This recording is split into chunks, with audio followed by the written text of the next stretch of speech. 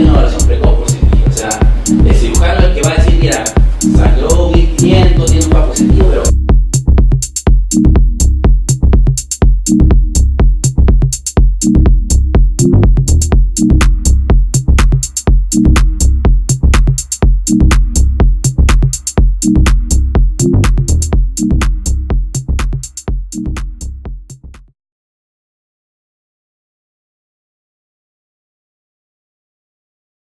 Ya, buenas tardes.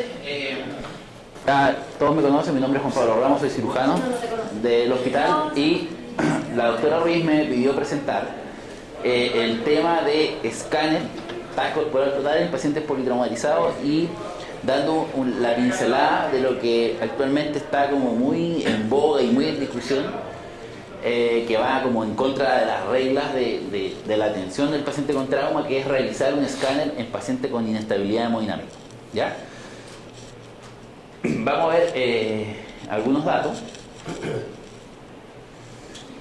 ¿Cómo se va involucrando la radiología en el paciente con trauma? ¿Ya? Eso, si uno va a la TLS, la radiología en trauma es básicamente la radiografía. ¿Ya? Y de a poquitito ha ido avanzando a ingresar este concepto de el escáner en el paciente con trauma. Y de a poquitito nos vamos focalizando en la rapidez que el paciente necesita tomar esa imagen y las decisiones quirúrgicas que se puedan tomar con eso. Y se van involucrando muchos conceptos, que actualmente hay una disciplina en paralelo que va surgiendo con la radiología, el paciente con trauma, cirugía, radiología intervencional, enfocado a ir a disminuir la hemorragia que tiene el paciente. Entonces, la mayoría de las guías actualmente, la recomendación principal es a no realizar imágenes en pacientes inestables. Esa es la recomendación. Y eso principal se basa a que hay poca disponibilidad de radiólogos en la urgencia cuando llega este tipo de pacientes. Eso lo dice la guía. Muchas veces los radiólogos no son tan apasionados por el paciente que va sangrando, que va directo a pabellón. Y muchas veces se puede ver como una pérdida de tiempo realizarle un escáner a un paciente que está inestable, que sabemos que se va a operar. Entonces, ¿por qué le vamos a tomar un escáner a ese paciente? Y esa pérdida de tiempo es el foco principal de todas nuestras discusiones. ¿Por qué el tiempo? Y estos son estudios norteamericanos, ¿ya? Obviamente acá no tenemos muchos datos.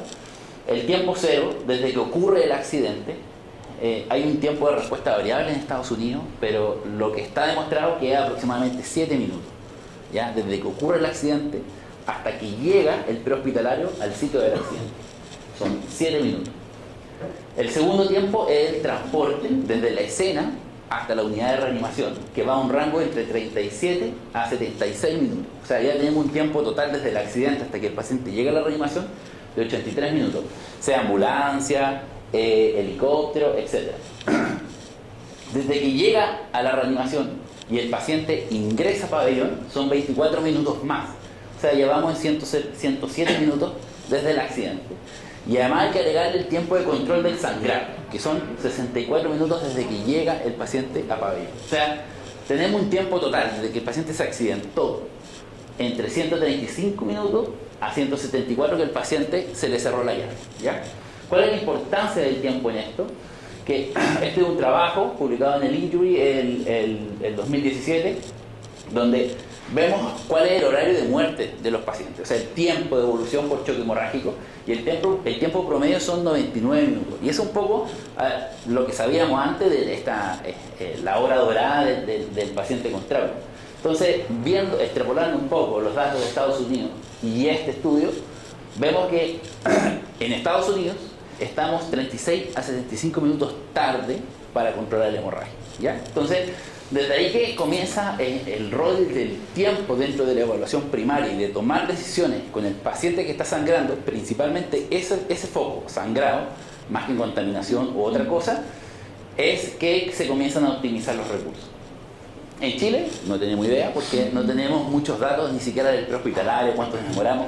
Yo tiendo a pensar de que esos tiempos son mucho más largos que Estados Unidos, ¿ya? Pero sería bueno contar con esos datos.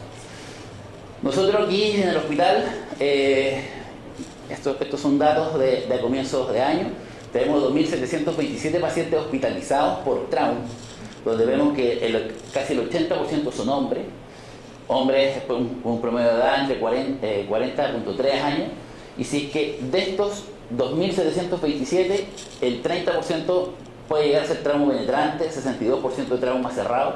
Y si nosotros nos fijamos en el escáner que se le hicieron, o sea, cuántos se le realizó un escáner al ingreso, fueron 1.391 pacientes, que es la mitad. O sea, a la mitad de los pacientes que ingresan, que se hospitalizan por trauma, le vamos a tomar un escáner al ingreso.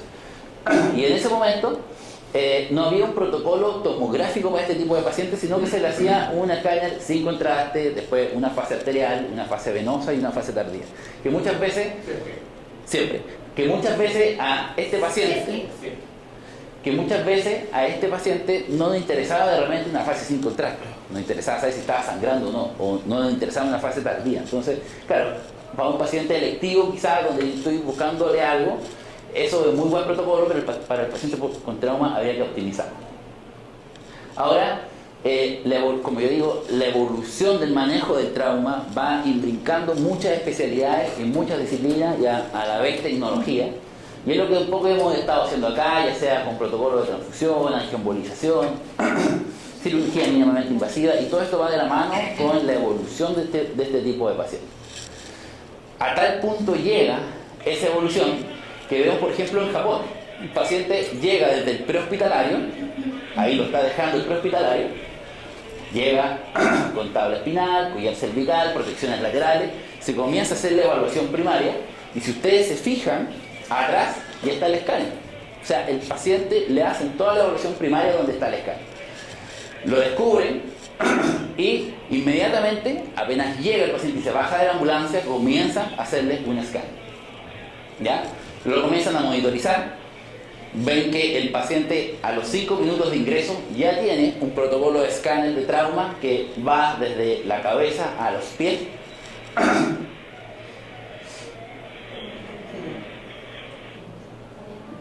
A los 5 minutos ya saben que no tiene una hemorragia intracerebral, ve que tiene múltiples fracturas y además tiene una fractura, el libro abierto en la pelvis, con hematomas retroperitoneales.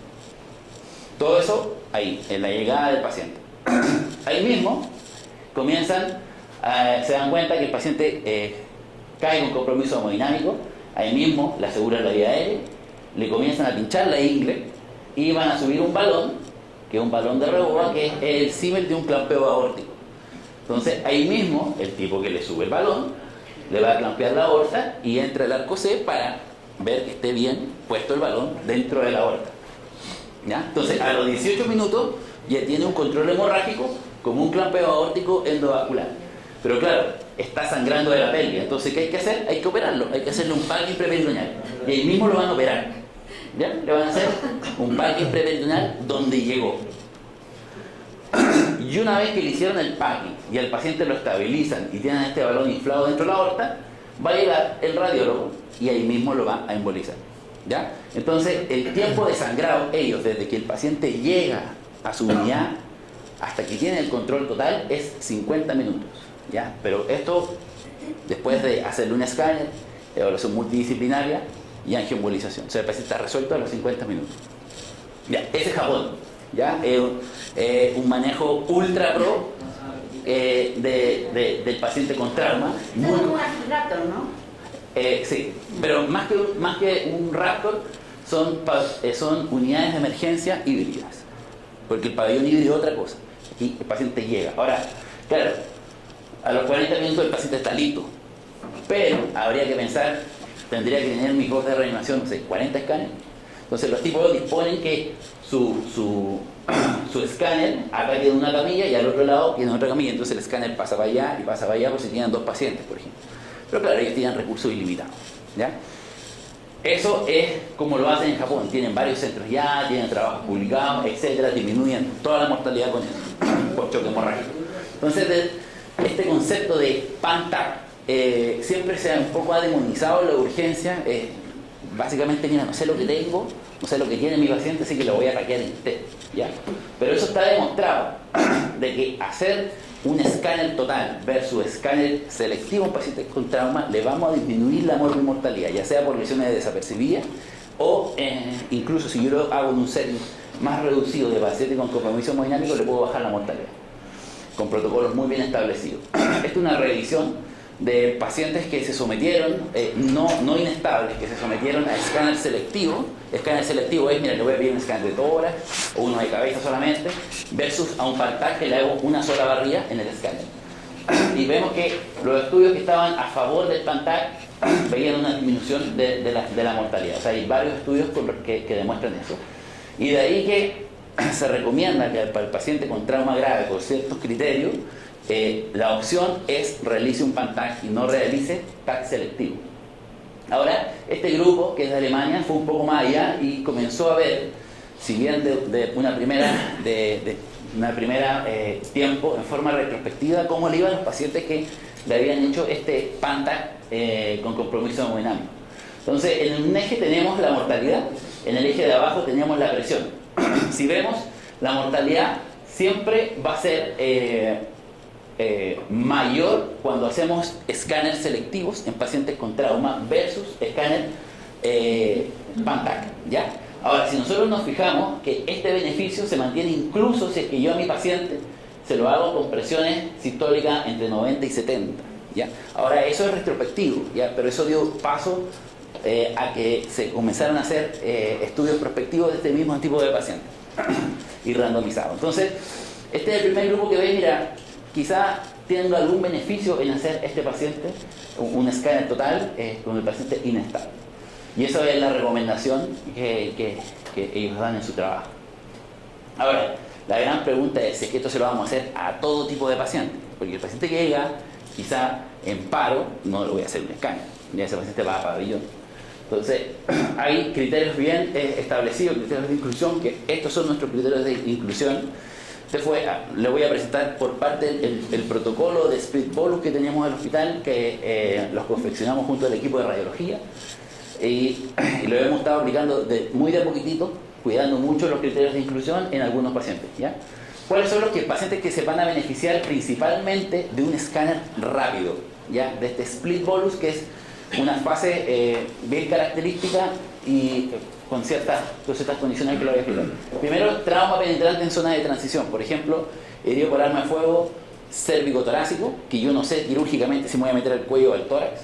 Tórax abdominal es lo mismo, si me voy a meter el tórax o el abdomen. O zona de transición pélvico o ingles. Ese paciente necesita un escáner rápido para tomar una decisión quirúrgica. Trauma penetrante por cargas múltiples. Por ejemplo, el baleado que recibimos anoche. Piernas, pelvis, tórax. Ese paciente también necesita un escáner muy rápido y no un escáner selectivo. 3. Trauma penetrante o contuso con inestabilidad hemodinámica, que lo vamos a definir a continuación. TEC grave cerrado, más otro segmento corporal, por ejemplo, lesionado. Ese es el paciente de setting más importante que tú necesitas descartarle un sangrado a la cabeza, teniendo, por ejemplo, líquido libre en el abdomen, ¿ya? Te va a cambiar la conducta quirúrgica. Entonces, claro, ¿qué tan inestable? Si el paciente llega en paro o tiene una presión sistólica menor a 60, ese paciente es quirúrgico y no va a un escáner, ¿ya? Todos los trabajos en pacientes con TAC inestable sacan a los pacientes con presión arterial sistólica menor a 60. Y estable ellos lo definen como una presión arterial sistólica mayor a 90 o que esté taquicárdico. Entonces, o sea, estable es el paciente con presión arterial sistólica mayor a 90, y inestable, que clasifica para un escáner, sería entre 70 y 90 o que tenga taquicardia. Eso ellos le definen como un paciente inestable, que tiene mucho sentido, porque un paciente joven con trauma no debería por qué tener una presión arterial sistólica de 90 ni de 70 y estar taquicárdico, quizás por el dolor. Y esos pacientes, ellos se benefician y clasifican como inestables para este protocolo de escáner. Ahora, este escáner es muy especial y tiene que tener varios requerimientos que, si no se cumplen, yo no puedo llevar a un paciente con esas presiones a escáner. Primero, que tiene que haber un equipo que lo acompaña, y el principal mensaje acá es que se hace una evaluación primaria, se resuelven los conflictos que van a comprometer la vida en ese momento del paciente, pero la reanimación se sigue en escáner. Y es un paciente que al final uno no lo envía a escáner, sino que lo acompaña y lo sigue reanimando mediante todo el proceso que se hace el escáner. Entonces, el paciente va con un equipo que es el emergenciólogo, el cirujano, una enfermera y un técnico paramédico. O sea, va todo el equipo acompañando al paciente a escáner, y en escáner se toma la decisión si se opera o no, ¿ya? O sea, es un conjunto que continúan la reanimación. Una cosa muy importante que está recalcada en la literatura es la localización del escáner, ¿ya? Y este es un trabajo que midió dos centros. Un centro A, donde el escáner estaba a más de 80 metros desde el sitio de la reanimación. O sea, había 15 metros de donde llegaba la ambulancia, el triage y a la sala de trauma, 80 metros al escáner, y después un piso o más de 100 metros al punto final, que era pabellón o donde se iba a hacer el cuidado no operatorio. Entonces había una distancia de más de 200 metros versus en un sitio B donde la distancia total era menos de 50 metros, ¿ya? Y evaluó esos dos centros con el mismo protocolo de escáner.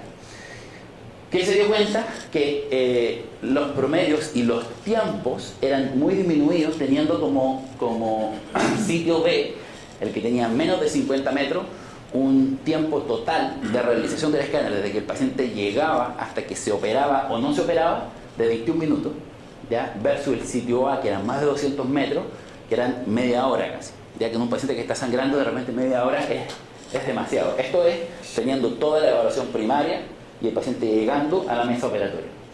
Desde ahí que este trabajo recomienda que cualquier protocolo de paciente que se realice con presiones límite inestables, el escáner del centro debería estar a menos de 50 metros. Si está más de 50 metros es dudoso, principalmente por el tiempo que se demora. En el Sotero del Río está aproximadamente 60 metros, con todas estas cosas que hay que doblar a la esquina, después girar en U, después virar por acá, entrar y salir. Aproximadamente 60 metros, y después subir al paciente al tercer piso. Y eso nosotros lo medimos. Por ejemplo, este es un paciente que nos llegó, realizamos el ecofast.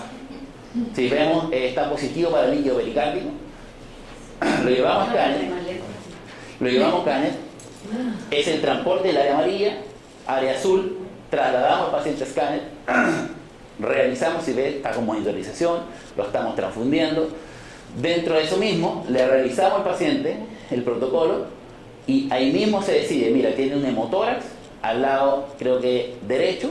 Ahí vemos el hemotórax al lado derecho. El paciente tiene un sangrado activo de la mamaria, entonces va a ir a pabellón. En ese mismo tiempo se decide, va a pabellón, y en este caso específico nos ayuda a decidir el abordaje. Si es que le vamos a hacer una esternotomía, una toracotomía anterolateral derecha, etc. Y el paciente sube a pabellón y posteriormente ingresa, cuidado por los amigos de Gendarmería.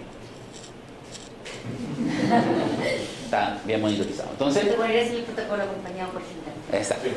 Entonces, escáner se demoró 21.27 minutos, ¿ya? Sin tener un protocolo bien establecido como lo tenemos ahora. Entonces, a pesar de que tenemos 60 metros, igual podemos acortar esos tiempos. Otro punto principal es en qué posición vamos a tener este paciente, ¿ya? Si es que lo vamos a realizar como generalmente hacemos los escáneres, que es por la cabeza, metiendo al paciente por la cabeza, o hay que ponerlo por las piernas, ¿ya? Y eso es muy importante porque también acorta el tiempo del estudio, ¿ya? Y el protocolo de escáner en este tipo de pacientes es principalmente al revés. Es entrando el paciente por las piernas y no por la cabeza, ¿ya? Y con esto se acorta el tiempo de escáner, porque lo que yo hago es pasarlo por el escáner por los pies primero, y el aprovecho de hacer un scout. Mi paciente queda al otro lado del escáner y yo me vengo en una sola pasada en un escáner sin contraste, que es cabeza, cerebro y cervical. Después le inyecto contraste, tórax, abdomen, pelvis, y en mi paciente lo saco. O sea, básicamente hace una pasada, scout, y otra pasada y se saca. Y no hace sin contraste, venoso, arterial, eliminación. O sea, es mucho más rápido, pero para eso al paciente hay que ingresarlo desde la cabeza. Entonces, aparte, ingresarlo así al tubo tiene algún beneficio, que yo voy a mantener siempre la vía aérea a la vista. O sea, yo veo desde aquí, estoy revisando, y el tipo que está buceando queda mucho más cómodo para no perder la vía aérea que si quedara por detrás. Entonces, esa es la posición correcta. La segunda es la posición de los brazos, que también está estudiado, que ojalá no fuera arriba, sino que fuera como abrazando una especie de goma, para poder también incluir los brazos dentro del escáner. Aparte, el paciente con trauma muchas veces viene entablillado, es muy difícil levantarle los brazos, etc. Y una forma un poco más óptima de hacer. ¿Y cuál es el protocolo de la imagen? Es, como yo les decía, meterlo por las piernas, hacer el scout y con eso ver principalmente fracturas de huesos largos. El objetivo de este escáner es ver sangrados masivos, ¿ya? El split bolus quizá no me va a ayudar para sangrados pequeños, hepáticos, que quizá ahí lo voy a hacer después de un escáner selectivo, ¿ya? O cosas un poquitito más en detalle, pero que no me van a matar al paciente. Aquí yo estoy buscando sangrados grandes y por dónde entrar. Tórax, abdomen, el retroperitoneo, cómo están los grandes vasos, etc. Entonces, con este scout yo básicamente puedo ver los huesos largos.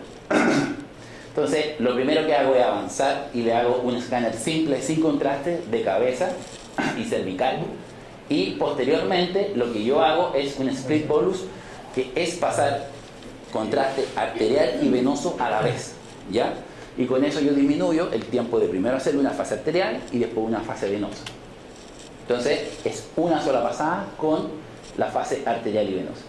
Por ejemplo, este es un paciente que llegó acá, 30 años, traído por SAMU básico. Ingresó a la reanimación posterior a un atropello por Transantiago. Ya tenía elaboración primaria un Glasgow B7, por lo cual se aseguró la vía aérea. Un FAS positivo para neumotórax derecho y negativo para el líquido abdominal. Tenía una frecuencia de 110 y una presión de 90-80. O sea, sabíamos que lo más probable es que tenga un TEC, pero no sabemos cómo está para abajo, si es que está sangrando o no, y si es que esos signos vitales explican algún sangrado, por ejemplo, del retroperitoneo o algo así. Entonces, el paciente lo trasladamos a escáner, como vemos ahí, el paciente lo ingresamos por las piernas, el paciente se transfunde, va monitorizado con la vía aérea segura, y este es el escáner que le hacemos con un split bolus.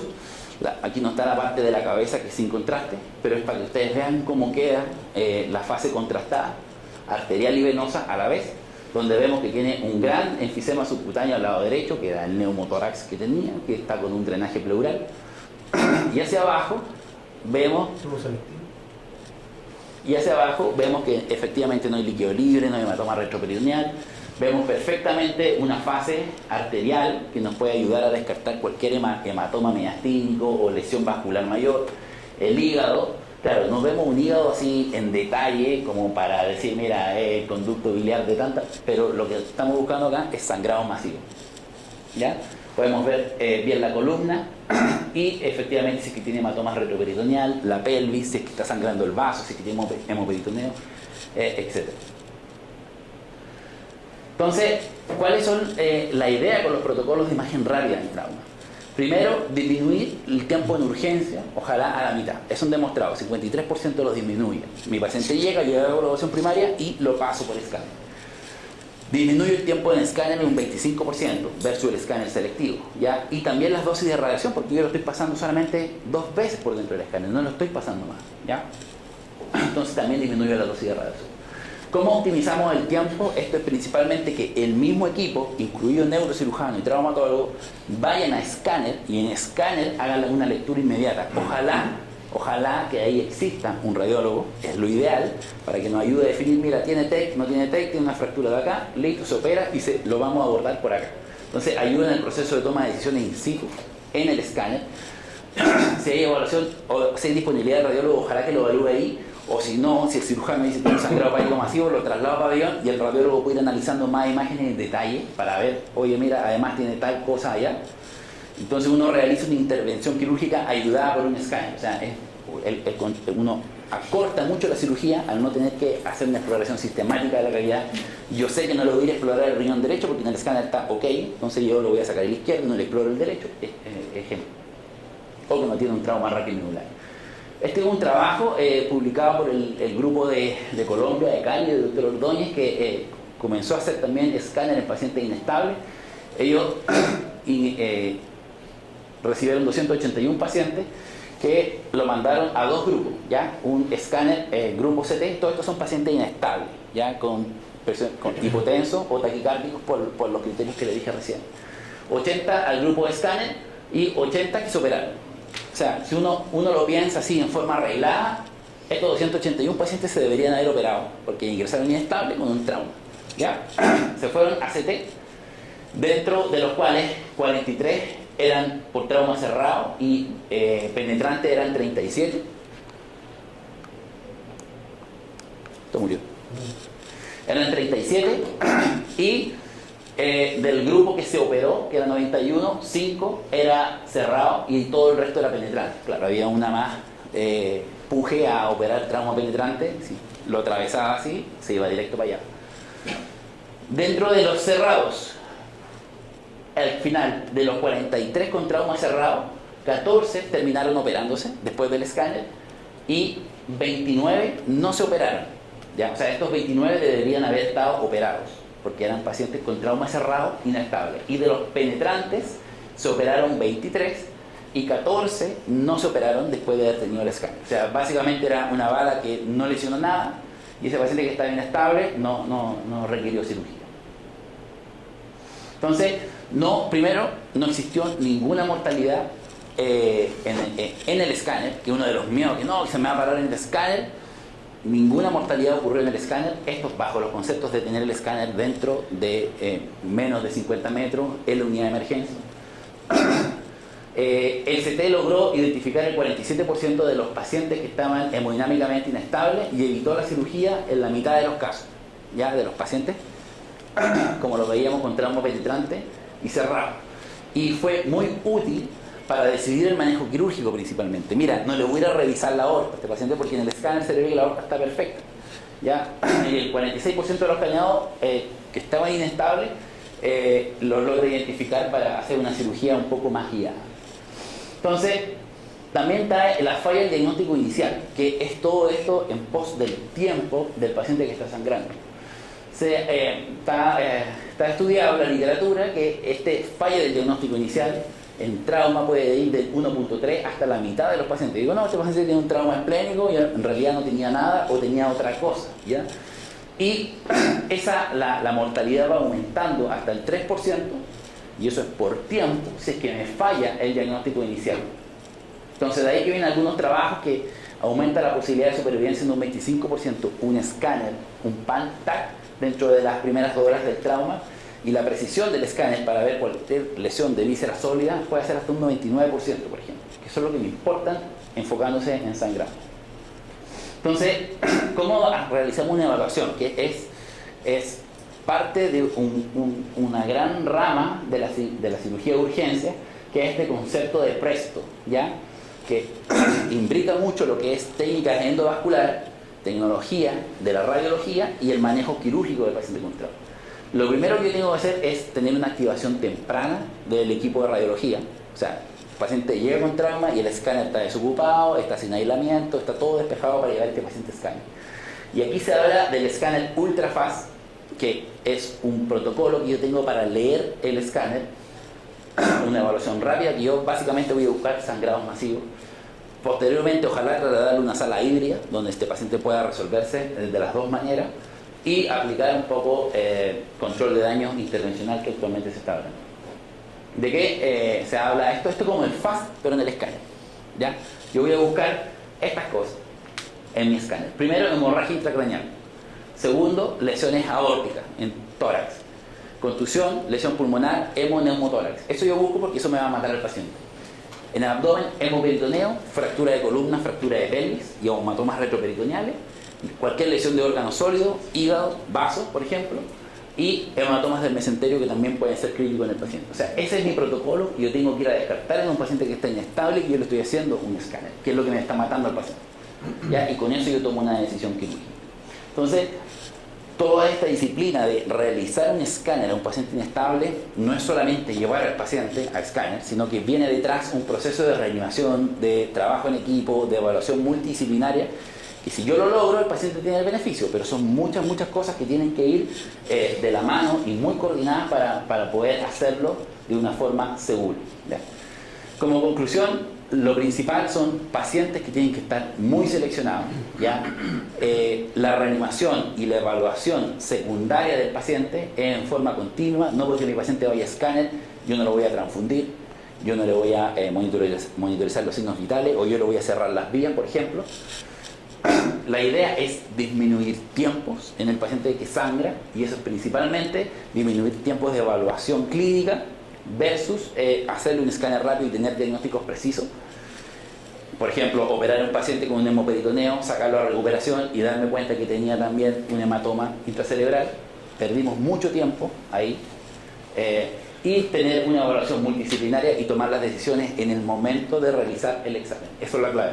No me sirve de nada, por ejemplo, traer el paciente de la reanimación al escáner, después devolverlo a la reanimación, ver el escáner en la reanimación, mira, hay que operarlo. Bueno, nos vamos de nuevo a pabellón, entonces el paciente siempre sigue un solo flujo, que va, el flujo es a pabellón o ojalá a unidad de paciente crítico, si es que no se opera. Eso le quería contar. El protocolo acá lo estamos aplicando junto con la ayuda del equipo de radios. Los radiólogos han sido muy motivados con esto, los tecnólogos de la urgencia también están muy motivados, pero vamos paciente a paciente seleccionándolos muy bien para que básicamente no ocurran cosas atroces como que el paciente se paró y no tiene vía, o el paciente lo sacaron sin vía escáner, por ejemplo, X cosas. Muchas gracias.